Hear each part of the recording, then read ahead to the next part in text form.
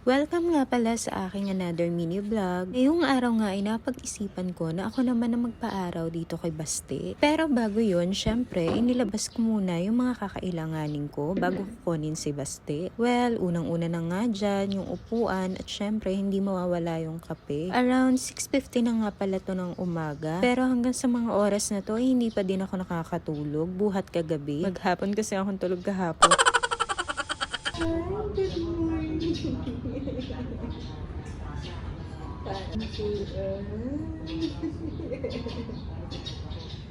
Good morning.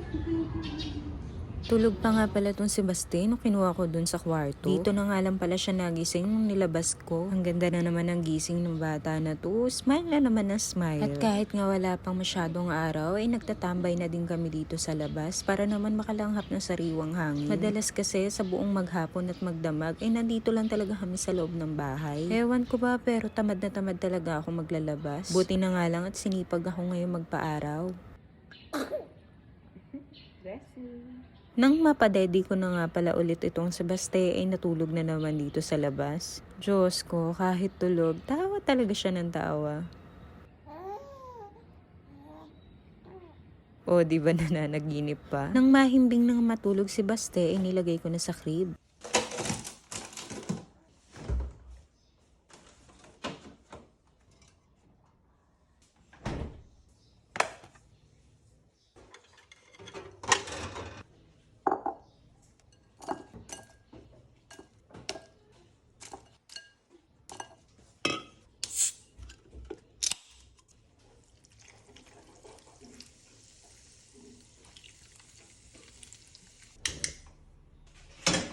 Naisipan ko nga pala ngayon magluto ng buttered shrimp bago naman ako matulog. Medyo na-miss ko na din kasing mag-ulam nitong buttered shrimp. Nang mapainit ko na nga pala yung kawali ay naglagay lang ako dito ng butter. Hindi ko na nga din palang hinintay na matunaw yung butter at naglagay na din ako dito ng bawang. Opo, tama, ng maraming bawang. Ewan ko ba pero sarap na sarap talaga ako pagka napakaraming bawang nilalagay ko dito sa buttered shrimp. Habang nagigisa nga pala ako ng bawang ay minarinate ko muna yung shrimp.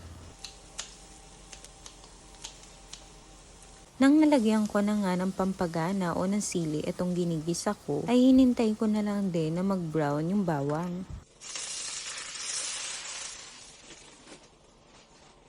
At nang ma-achieve ko na nga yung gusto kong pagkaluto ng bawang ay nilagyan ko na nitong Sprite. Isi-simmer ko lang to hanggang sa kumaunti na yung pinakasabaw. Then nilagyan ko na din itong tomato paste. At kung wala naman din po kayong tomato paste ay pwede naman din po nilagyan ng ketchup. Syempre hindi din mawawala dito yung oyster sauce para mabalance yung lasa.